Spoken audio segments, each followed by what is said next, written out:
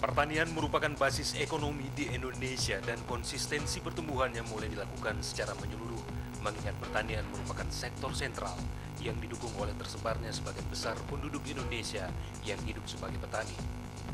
Beberapa alasan yang mendasari pentingnya pertanian di Indonesia termasuk Provinsi Aceh adalah besarnya potensi sumber daya alam yang dimiliki dan memberikan andil terhadap pendapatan nasional. Melalui sektor ini pun banyak penduduk di Aceh yang menggantungkan hidup, bahkan menjadi basis pertumbuhan ekonomi di pedesaan. Oleh sebab itu, sudah sepantasnya pemerintah Aceh menjadikan pertanian sebagai leading sektor dalam pembangunan ekonomi secara berkelanjutan, bahkan bukan tidak mungkin menjadikan Aceh sebagai daerah lumbung pangan nasional, karena hampir setiap tahunnya mengalami surplus gabah. Kondisi ini sangat sejalan dengan keinginan pemerintah Aceh yang dijabarkan melalui visi misi pemerintah Aceh yang diformulasikan dalam terminologi Aceh Meko dengan menitik beratkan pada intensifikasi dan ekstensifikasi pada penyediaan dan perbaikan infrastruktur irigasi dan cetak sawah baru.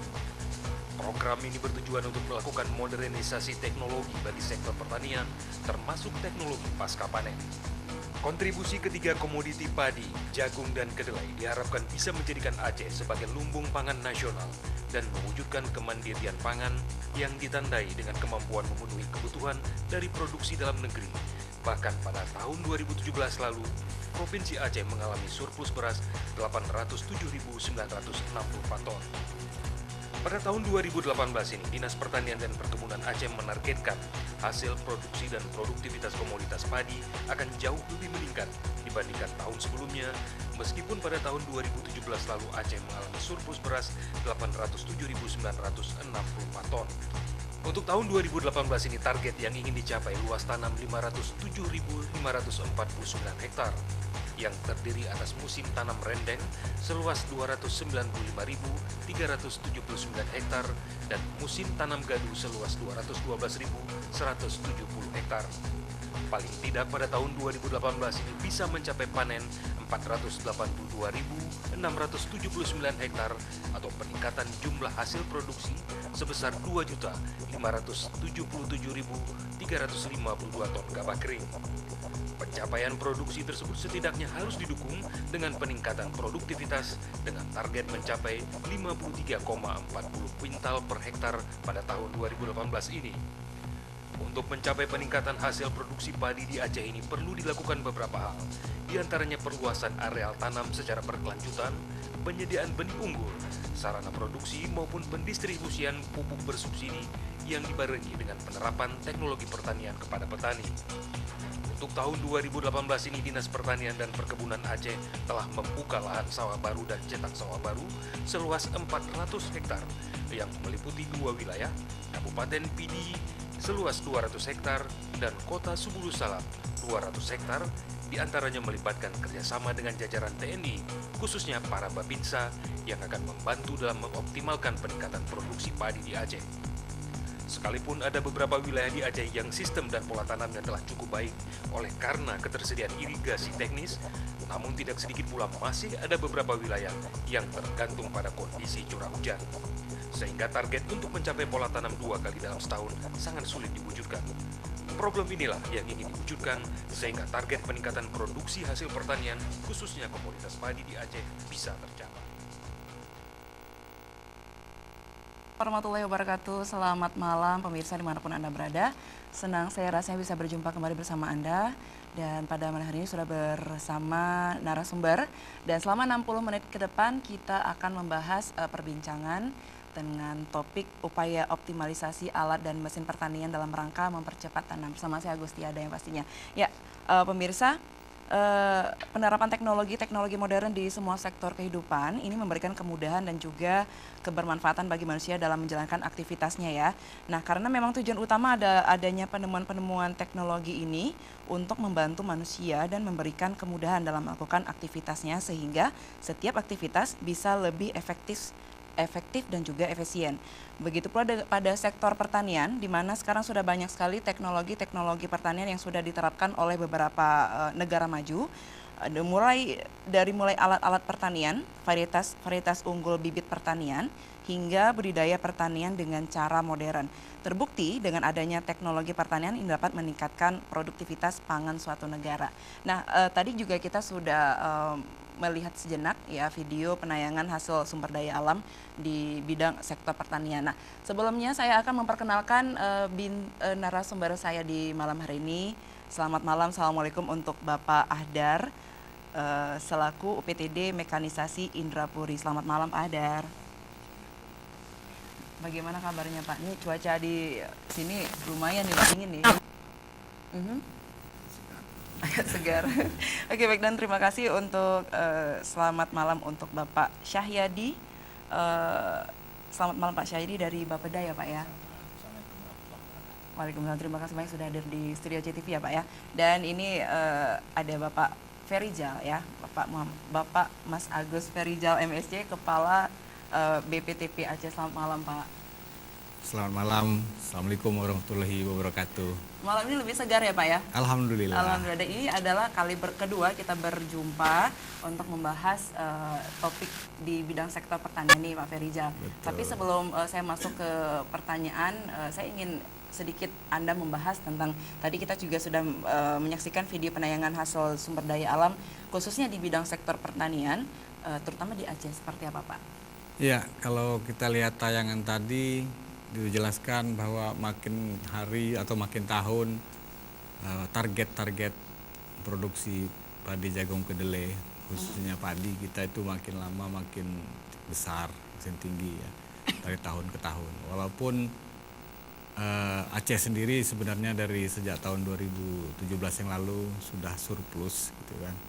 Namun demikian harapan pemerintah secara nasional, karena Aceh ini sebagai penyumbang beras terbesar ya, karena kita merupakan sentra produksi, tentu setiap tahunnya target-target juga harus ditingkatkan, gitu kan tadi kita sampaikan. Nah, untuk mencapai target-target tersebut tentu banyak upaya yang harus kita lakukan ya. Baik itu tadi penggunaan teknologi yang mulai dari pratanam ya, kemudian saat tanam sampai ke panen gitu ya. Tentunya di samping juga penggunaan teknologi lain seperti bibit unggul, cara-cara budidaya yang baik dan benar gitu. Sampai dengan pengolahan hasilnya. Mudah-mudahan kalau semua teknologi-teknologi itu diterapkan, insya Allah produksi kita itu dapat tercapai. Amin, mudah-mudahan. Nah, kalau untuk target 2019 dan ataupun ke depan ini harapannya kan semakin meningkat ya Pak. Ya. Tapi kita juga harus melihat pada faktanya banyak sekali masyarakat Aceh yang sepertinya kurang pemahamannya. Apakah juga nanti diberlakukan semacam seminar atau pelatihan bagi petani-petani yang ada di segala kabupaten atau bagaimana Pak? Ya. Teknologi itu memang merupakan sesuatu yang baru ya. Namanya yang disebut dengan teknologi adalah sesuatu yang merubah cara kebiasaan-kebiasaan lama ya, supaya lebih mudah, lebih murah, ya, lebih cepat ya, dan sebagainya. Sehingga proses produksi itu pertanian khususnya bisa lebih efektif, bisa lebih efisien.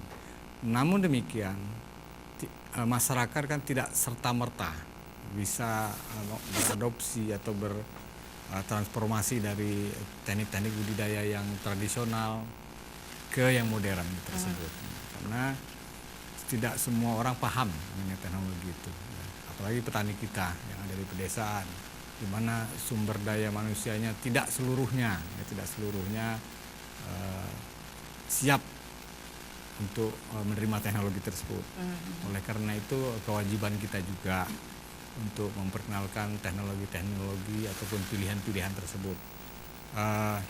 Tentu usaha yang diperlukan untuk memperkenalkan tersebut adalah dengan baik itu pelatihan, sosialisasi ya, terutama kepada atau melalui rekan-rekan kita penyuluh yang ada di daerah, yang ada di tingkat kecamatan bahkan desa gitu kan.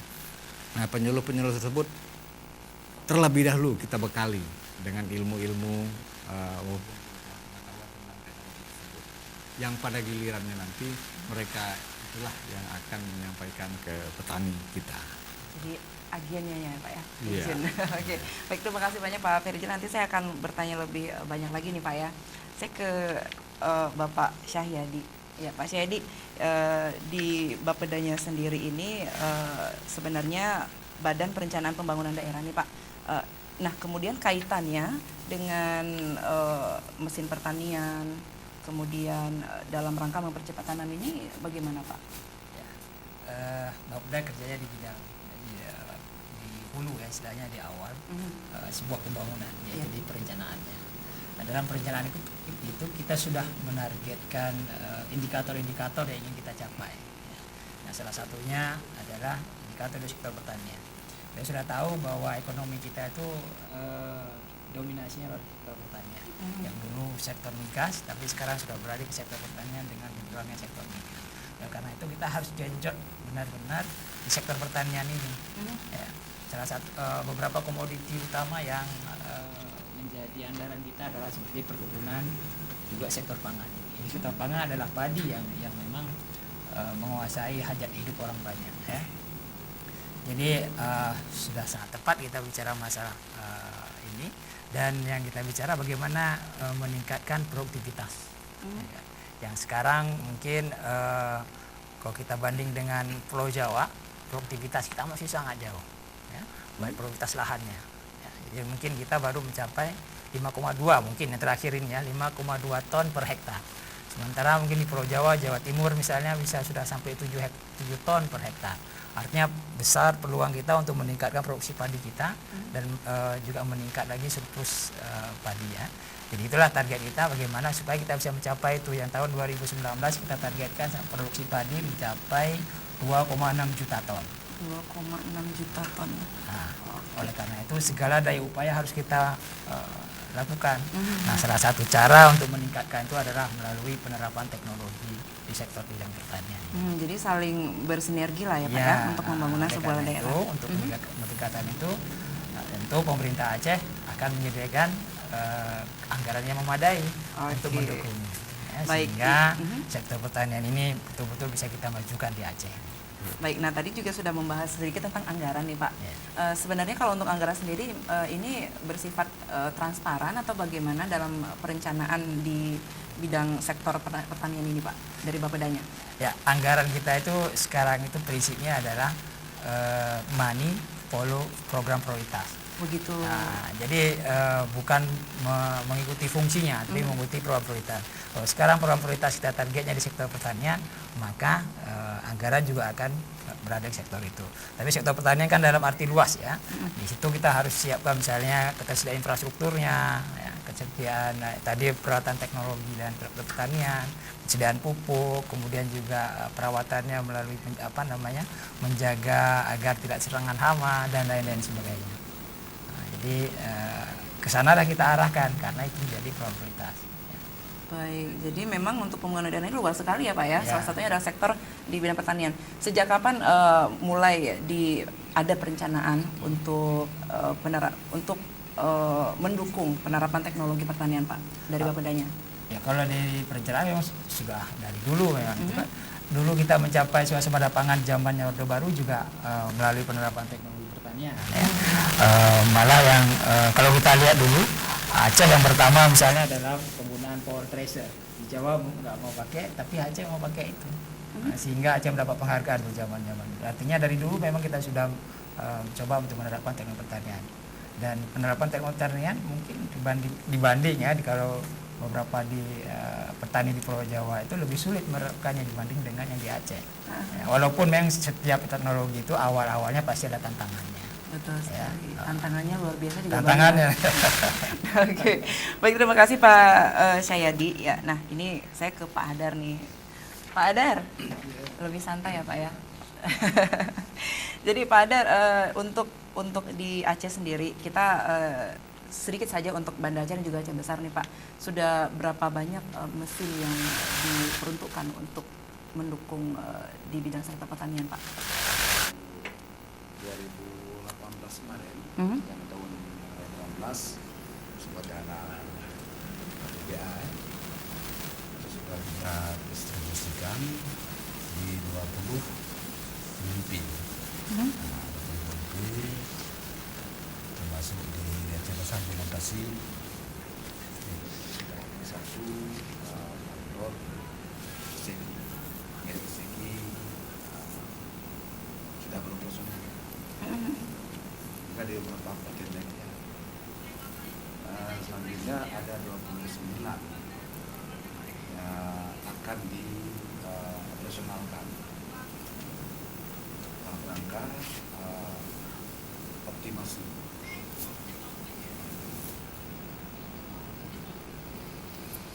Total daripada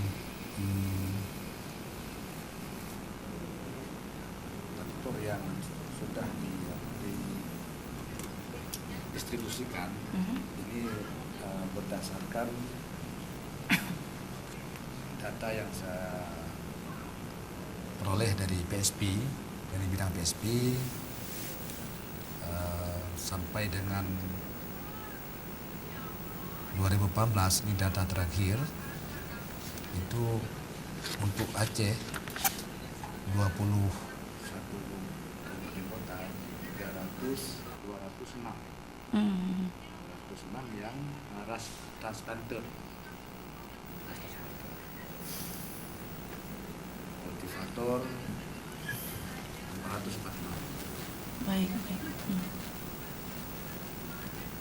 446 ya. hand sprayer, ATG alat tanam jagung manual 209. Ini belum diupdate sampai dengan Desember. Mungkin Baik. dalam beberapa hari ini hasil pertemuan konsolidasi sahabat Aceh sangat aktif karena bagaimana kita planning untuk 2 tahun ke depan dalam pelayanan Al-Sintan itu semacam Tokopedia. Jadi publik akan mengetahui ketersediaan. Ya. Jadi masing-masing kabupaten kota punya database, juga petaninya malah harus memanfaatkan IT untuk memanfaatkan Al-Sintan ini. Bahkan kita upayakan kalau memang untuk manusianya dalam pelayanan kesehatan ada apa istilahnya jaminan Sosial. untuk petani miskin atau petani sederhana, karena dia Aceh asumsi petani kan miskin. Padahal petani kalau betul lebih kaya, itu kita fasilitasi beberapa nanti atas dukungan Bapeda dan lainnya ada semacam apa istilahnya namanya kartu yang dapat kita fasilitasi mereka, dan itu connect langsung dengan identitasnya. Untuk data yang lebih akurat kita akan update dalam beberapa hari ini untuk laporan 2018 Pak Sahyadi. Karena Al-Sintan ini kan ada sumber dana APBA, APBN. Jadi berdasarkan sumber APBA dan juga APBN ya. Dan ini juga ada rekapitulasi bantuan Al-Sinta prapanen Satker Provinsi di 21 kabupaten kota ya Pak ya? Untuk di tahun 2018 betul ya Pak ya? 21 ini kan untuk 3 tahun ya. 3 tahun ya? 3 tahun mulai tahun berapa? 2014 sampai dengan 2018. Total keseluruhan itu menurut jenis 2.424. Baik. Dan ini yang ras transplanter kan? Okay. Ini termasuk yang APBN. Namun akurasinya ini dalam beberapa hari akan kita validasi kembali. Baik, nanti kita bahas lagi tentang data ya Pak ya. Kalau data harus BPS. Baik, kami akan segera kembali pemirsa, jangan kemana-mana, tetap di Special Talk Show.